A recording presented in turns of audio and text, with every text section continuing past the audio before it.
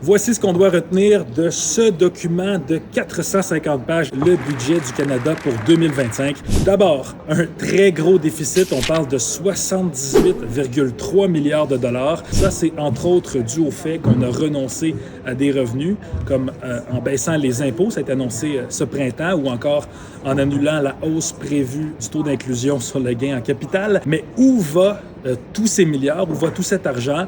Principalement dans des dépenses en infrastructure et dans d'autres investissements. Ottawa crée toute une constellation de nouveaux fonds, nouvelles stratégies, comme un fonds pour bâtir des collectivités fortes. Ça, c'est 51 milliards sur 10 ans pour les provinces, pour construire des routes, des hôpitaux, pour construire des universités, par exemple, pourvu que les provinces y mettent le même montant. Il y a aussi des sacrifices là-dedans pour payer tout ça. On prévoit couper 60 milliards de dollars dans les programmes du gouvernement fédéral sur 5 ans. Ça signifie aussi 40 000 postes de fonctionnaires abolis.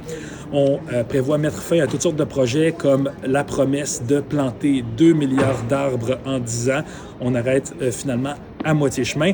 Nous, on part avec ça au Parlement où ça va débattre fort là-dessus, étant donné que le gouvernement Carney est un gouvernement minoritaire.